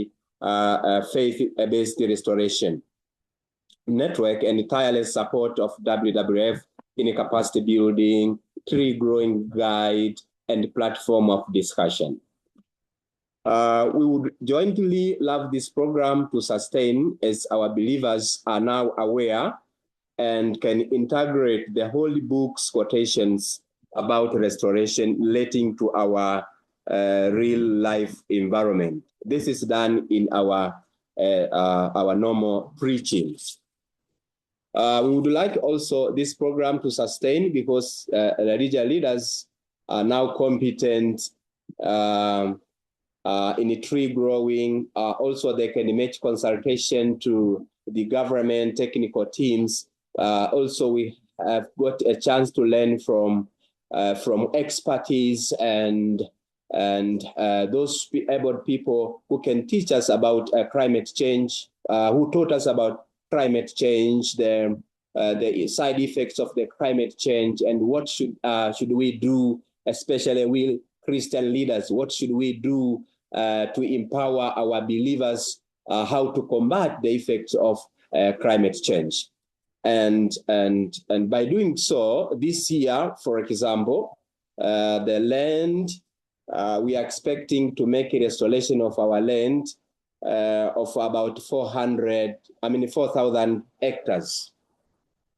We also look forward to establish nurseries where timber trees, fruity trees, water reserve trees, and the like may be grown and being distributed to our believers ready to be grown in a reserved land. Honestly speaking, this program also helped us to create a close relationship between all believers. Christians as Muslims, we work together. We speak one language of land restoration. And we also make visits to different churches, different organizations to see what they are doing, their success, their failures, their challenges, and help to each other. Thank you very much. We look forward also to get more guidance from you. And we Christian leaders, we are still learning from WWF and from all donors, from all supporters who are ready to come up with new ideas on how to make a restoration. Thank you.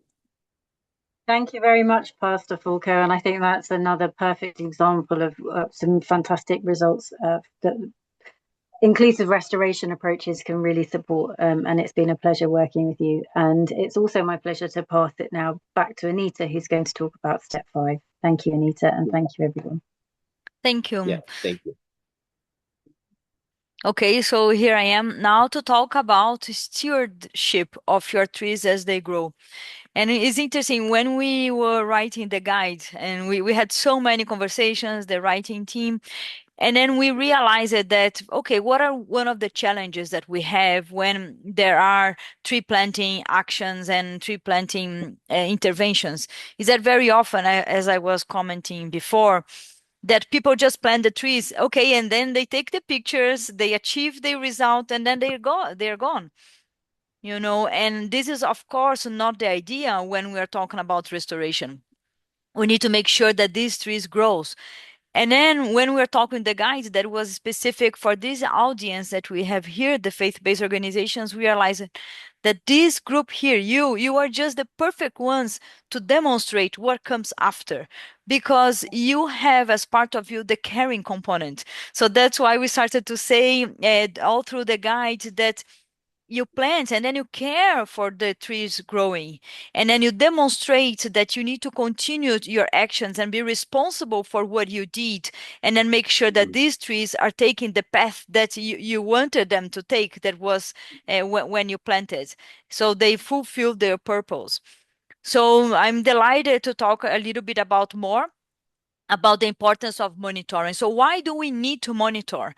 It's very important, and there are several reasons. One of them is that it's a way for us to be transparent with our donors, to everyone that is engaged and providing support to what we're doing, so we can really demonstrate success and the results of our actions.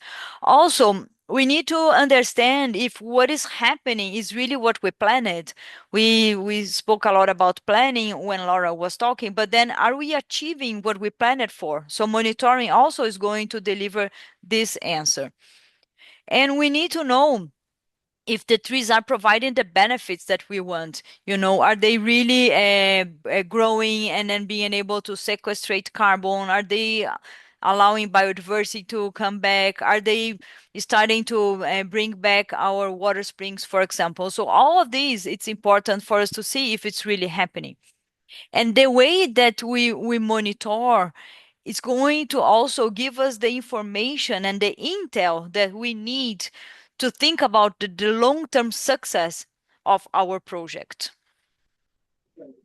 And then how to monitor. It's a little bit scientific how we can do this, and the more that we are really very careful and systematic, I think better results we can have. It's very important that you start to monitor before you start your actions. So first you need to take a picture, how things were in that moment just before you do your activities. Because with that, you can track your progress along the way. If you just start to monitor 1 year after, you miss the opportunity to really talk about how was the first year, for example. So when we start before, we say this is the baseline information. This is how things were before our intervention. And then there are several ways to monitor. Of course, you need to know where the trees were planted or where a natural regeneration is happening. You need to see which species are growing. You need to see if there's any death of seedlings that were planted. You need to also see how much are they growing, so you can even measure the tree size, and there's all the details of how to do that. Another thing that you can also see is to look for your trees and see, okay, are they having flowers, are they producing seeds, because this is also indicator of success, right? Looks like that the plant is in this right trajectory. So this is also a very important way that you can see how things are evolving. Also, identify newcomers. You might see that seedlings that were not planted are starting also to pop up, and they are important because they are the regeneration, the results of the natural regeneration. And then you need to start to mark them and allow that they are also going to be grow, because sometimes you need to do a little bit of maintenance to take a little bit some of the grass or weeds that are there. And then when doing this maintenance, you need to be really careful to not cut down these ones that are starting to grow. So that's also why it's important for you to monitor. It's very, very usual that people takes this picture before, after, and keeps taking the picture always from the same angle, because you really can tell the story of how things are shifting. So this is also a very interesting way to monitor. And one recommendation that we have is that to have at least one person that understanding well the monitoring, that was part of the monitoring development, that understand how data is being stored, that also helps to have like the calendar in order, and then of course this person can bring along volunteers and other members of the community, but at least one person that understands well the entire process from the beginning to the end is important, because monitoring is a systematic action. So we need someone to make sure that this system is in place.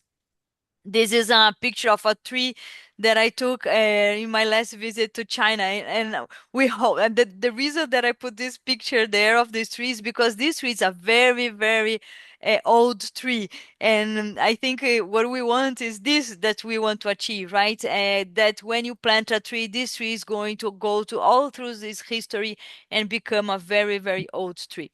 And then maybe this can also become a forest.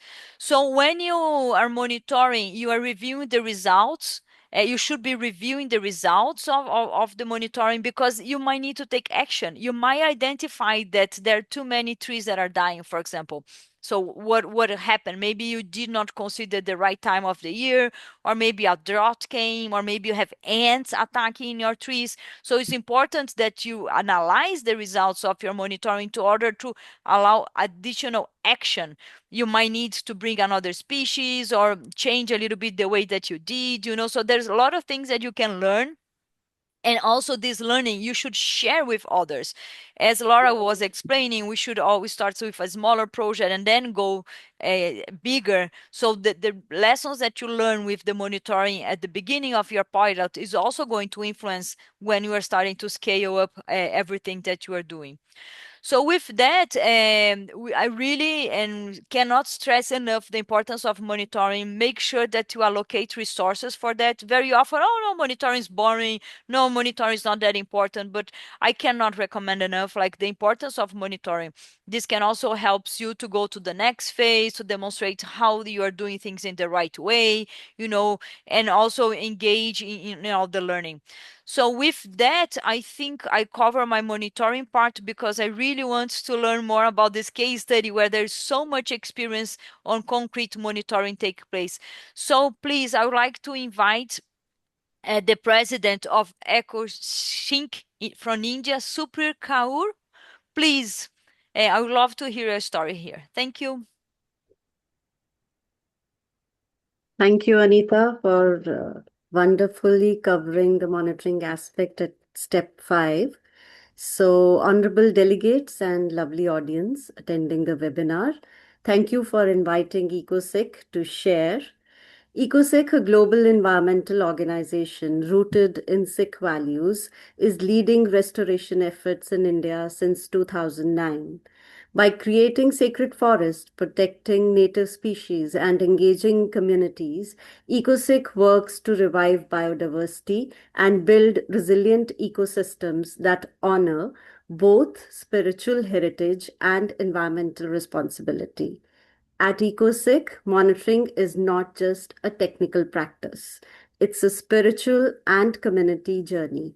Our Guru Nanak sacred forests are rooted in selfless service and in Guru Nanak's vision of Pavan Guru Pani Pita Mata Tat Mahat, reminding us that air, water, and earth are sacred. This reverence shapes how we plant, monitor, and sustain every forest. Before the first sapling is planted, we invite the village, school, or the faith community to gather at the site of the forest. Together, we offer a prayer for clean air, for the return of the birds, pollinators, and for the blessings upon all who will care for this sacred forest. This shared movement creates a deep emotional bond with the land and the collective sense of responsibility. To date, we have created 1350 microforests with 98% survival rate, a result of rigorous maintenance, not just plantation. Our model emphasizes long-term care. The first point I'd like to highlight is regular monitoring. Every 2 to 3 months for at least the first 2 years, when the growth is most vulnerable, our monitoring team, whom our mentors train on the parameters to check the growth of the forest, our team assesses growth, soil health, species balance, and biodiversity as well. We replant struggling saplings early and track the signs of self-sustaining ecosystem like natural mulch and the return of the birds, bees, butterflies. This assessment continues till around 1.5 years to 2 years, after which our forests become self-sustaining. Second point here that like to highlight is empowered communities. We train local forest keepers from the local community, often the same people who helped us plant the forest, with illustrated manuals in their language. Many send us photos and updates voluntarily via WhatsApp groups because they feel spiritually connected to the forest they helped create. Transparent and responsive. Each forest is geotagged and photo documented, along with the detailed database regarding the forest planted. We provide 24/7 support for the larger sites, deploy dedicated caretakers for daily maintenance from the local area, and EcoSec is also in touch with Restore to share our data on their platform. Each forest supports around 22 local families, blending livelihood, ownership, and spiritual purpose. This is why our survival rate remains consistently high. For EcoSec, good monitoring means showing up, staying connected, and listening to what the forest is telling us. When communities feel bonded to the land, consistency becomes natural and the forests thrive. As you can see from the pictures also, that the biodiversity and the ecosystem tries to build their nest gradually in the forest, and that is how the forests keep on thriving and developing. Thank you so much for giving me the chance to represent EcoSec and share our journey of monitoring. Thank you. This is a before and after picture for about a difference of 8 months. Thank So you. you can, yeah, thank you. Very impressive what EcoSeek has done. Thank you for sharing. Thank you, Anita, also. So congratulations, everyone. We've reached the final step in the tree growing guide.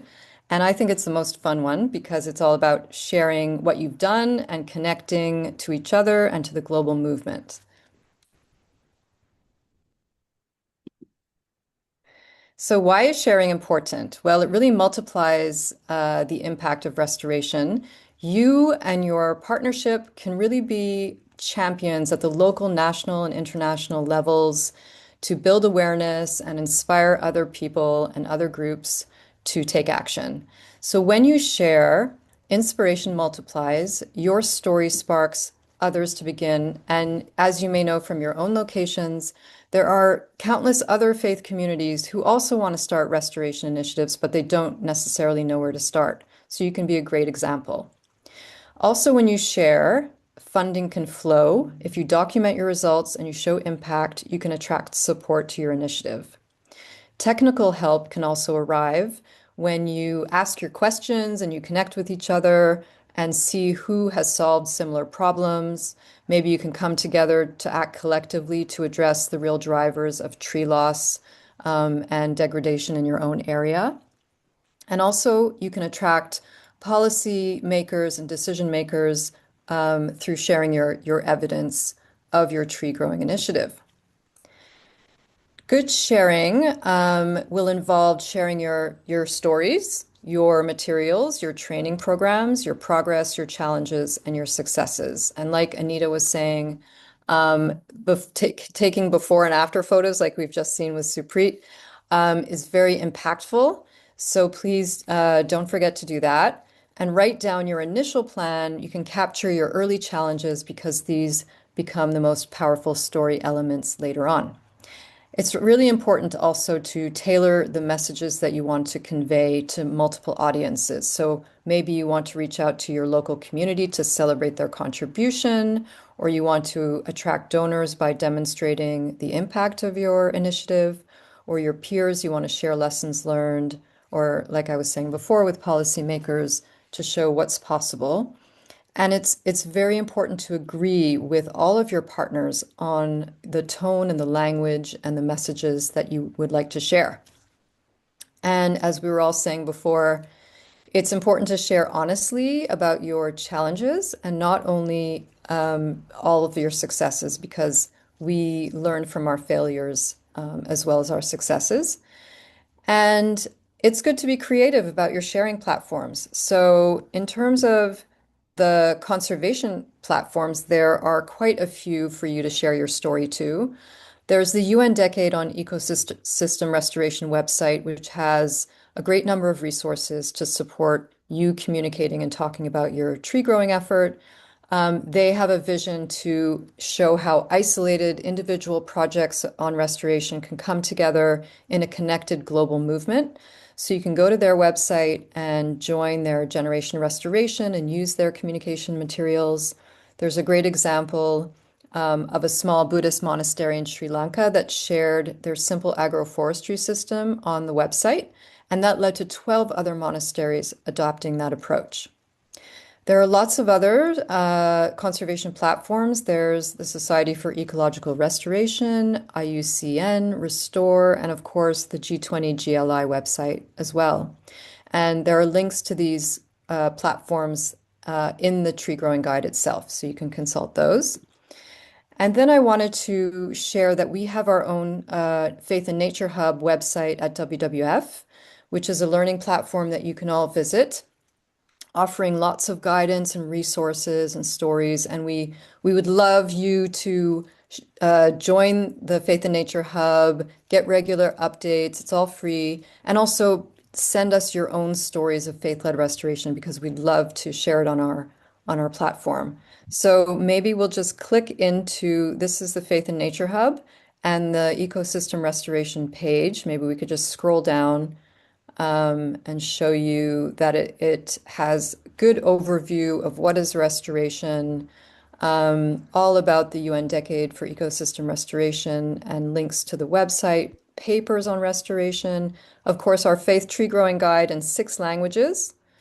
So please consult that there. Our introductory video that we showed to you at the beginning of this masterclass is also there. And then if we scroll down, we can see some of the resources and the stories that are available. But really, I urge you to go to this platform and get the resources you need to develop your own plan and to connect with others. So thank you for sharing that. And we can go back to the slides. I think we can put the link to this in the chat, which will be very helpful.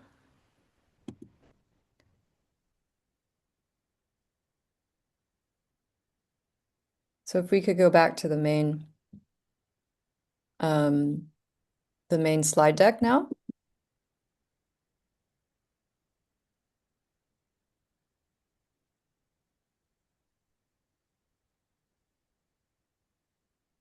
Thank you.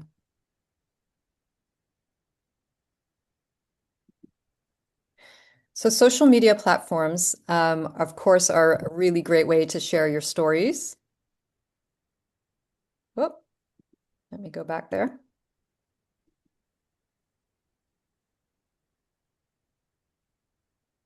Sorry about this glitch. Maybe you have some young social media influencers in your spiritual community who would like to post short video clips of your faith restoration project. Maybe you have access to WhatsApp groups or YouTube, Facebook, Instagram channels. Social media can be great to publicize tree growing events on auspicious days, and to provide regular updates like quarterly posts with photos of the progress of your initiative, or brief narratives or interviews with faith champions. And you can also use social media hashtags like Generation Restoration or Faith for Nature, Faith for Earth. And of course, we can go beyond the digital. And I know you as faith actors have access to incredible communication networks that are not only digital. So you can share your stories through your houses of worship, through your sermons, your schools, your educational programs, at your local and national gatherings, interfaith councils, and other meetings that you're involved in. Also, in many countries, there's faith TV and radio and journals where you may issue special newsletters, or have community celebrations and planting days during festival time. And a great way also to share is to invite communities to visit your restoration initiative, and you can go visit theirs. So I just wanted to give a few case studies just to conclude, to give you some ideas. This one is from Uganda, and where we worked with religious leaders to catalyze restoration action. In 2020, WWF and the Church of Uganda launched a public campaign to regreen Uganda.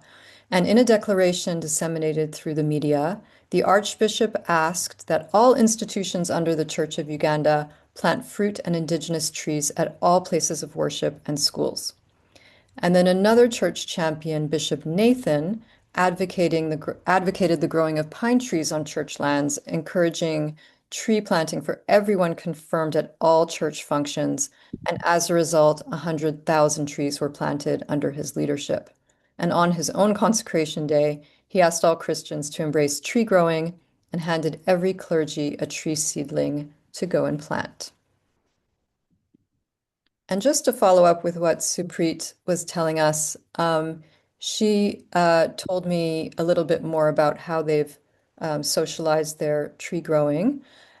She said when EcoSeek began planting in 2019, their outreach team focused on sensitization sessions with schools and colleges and gurdwaras and the wider community to highlight the urgent need for forest creation and how EcoSeek could help communities in forest planting.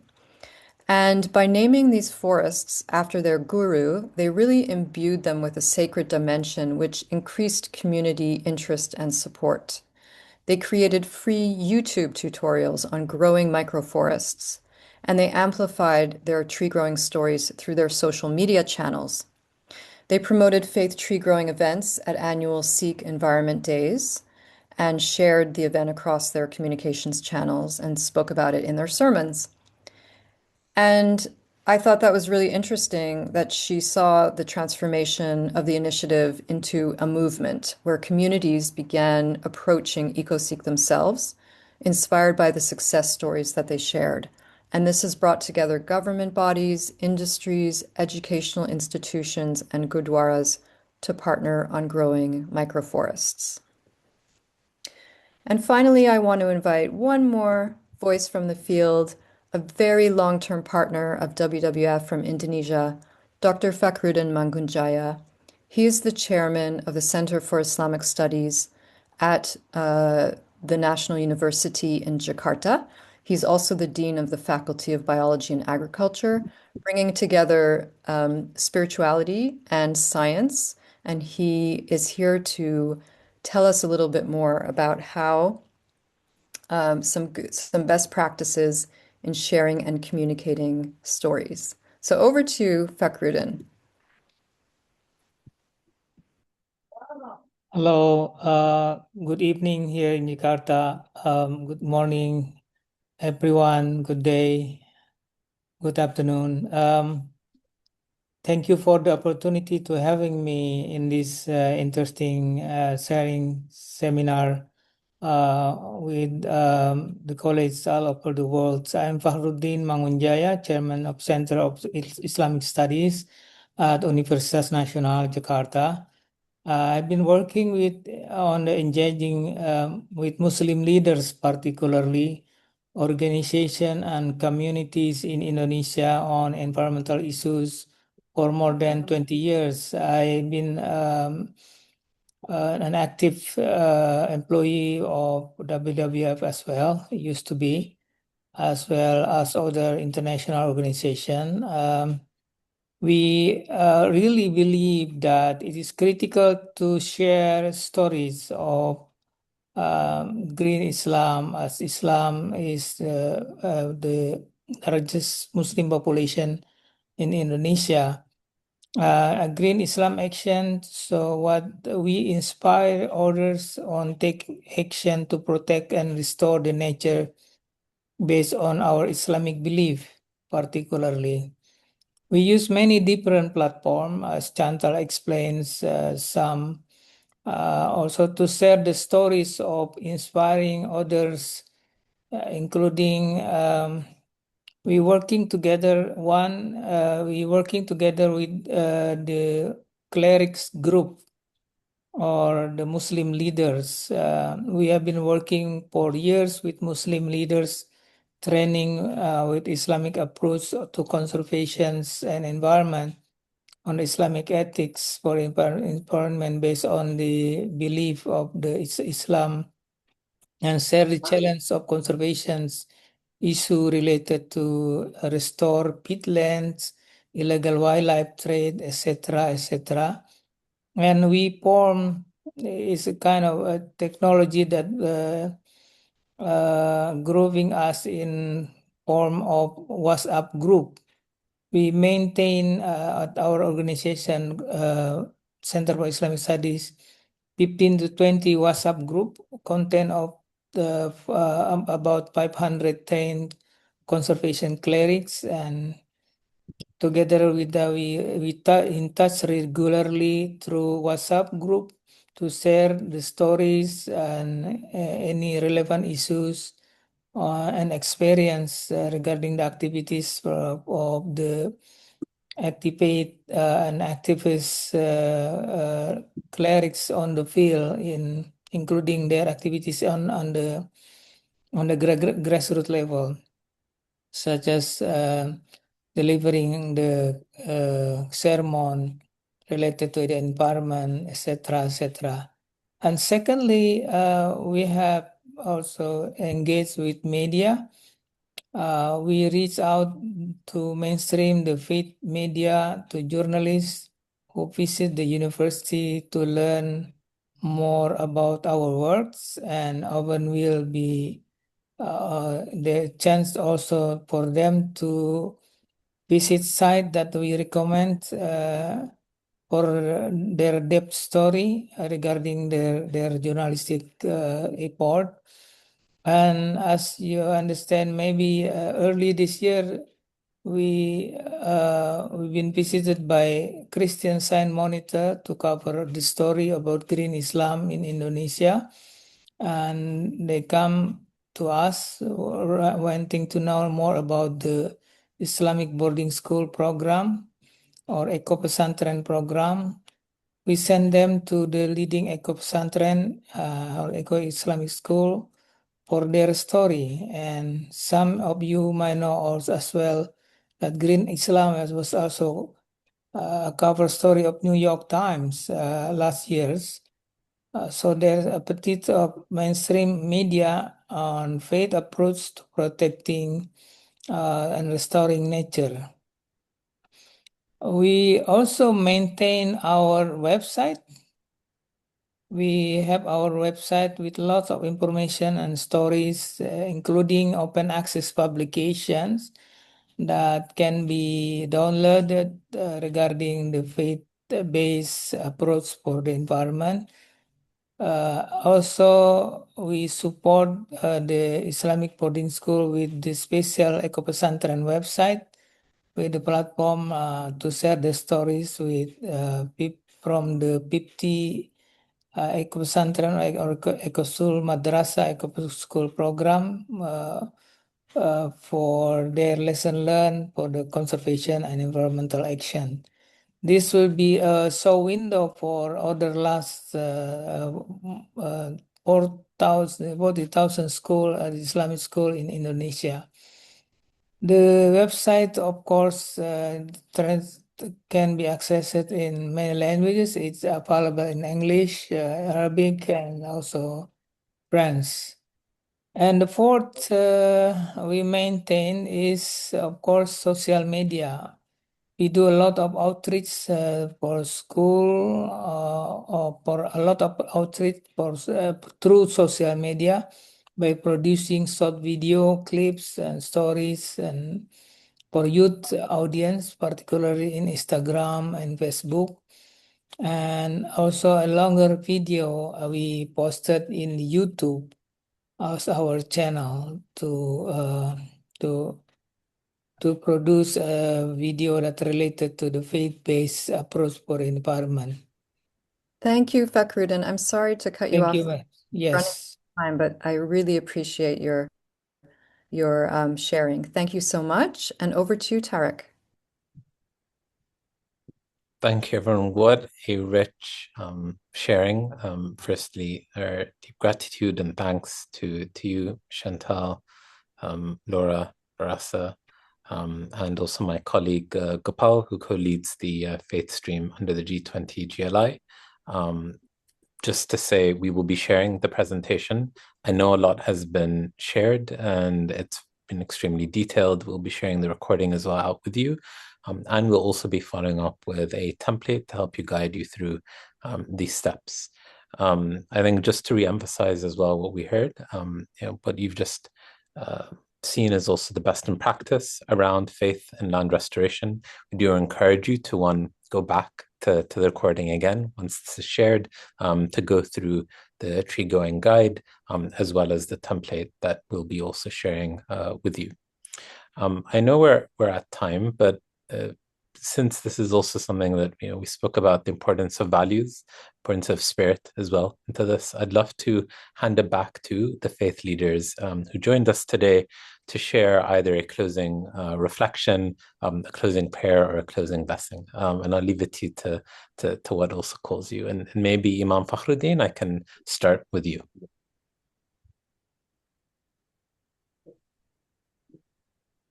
Yes, thank you, Tariq. I just want to say a narrative hadith or tradition from the Prophet Muhammad regarding the peace and blessing from Allah about to be an active person in planting trees. One hadith says, if the apocalypse comes, while there is a small seed of dates in the hand of one of you, then if he is able not to move and just plant it and let him do it. The second hadith from companion of Jabir radiallahu anhu, messenger of Allah says, Prophet Muhammad sallallahu alaihi wasallam, peace be upon him, said that no Muslim plant a tree, and when the fruit is eaten by a person, livestock, or bird, unless it will be worth harm until the day of judgment. Thank you very much, Tariq. Thank you very much, Imam Fakhruddin. And Jorge, maybe I can come to you next.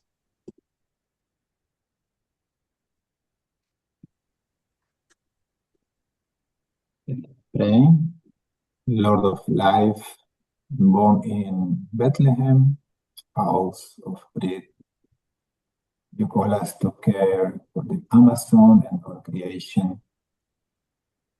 Make the young COP30 and the COP17 mangers of hope, where the voices of peoples and of the earth are heard in genuine participatory dialogues. It's us to share bread and hope, of injustice, and to work together toward new heavens and new heart. May our faith become seed, breed shared, and forest standing. Amen. Amen. Thank you very much, Brother Jorge. I'm Pastor Hera, if you're still with us. The floor is yours.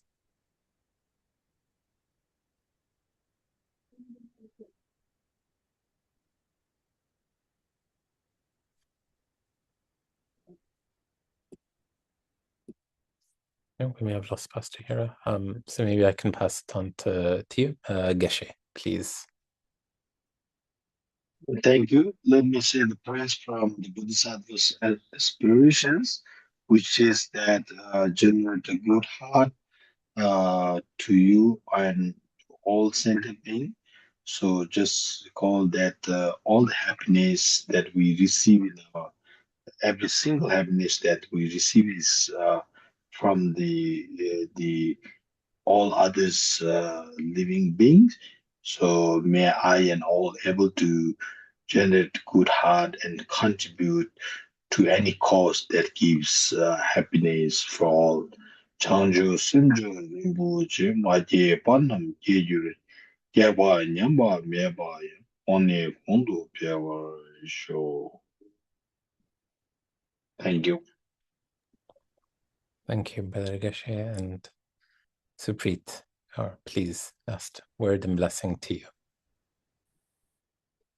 O divine creator, we give thanks for this sacred earth, the soil beneath our feet, the forests that breathe life, and the waters that sustain all beings.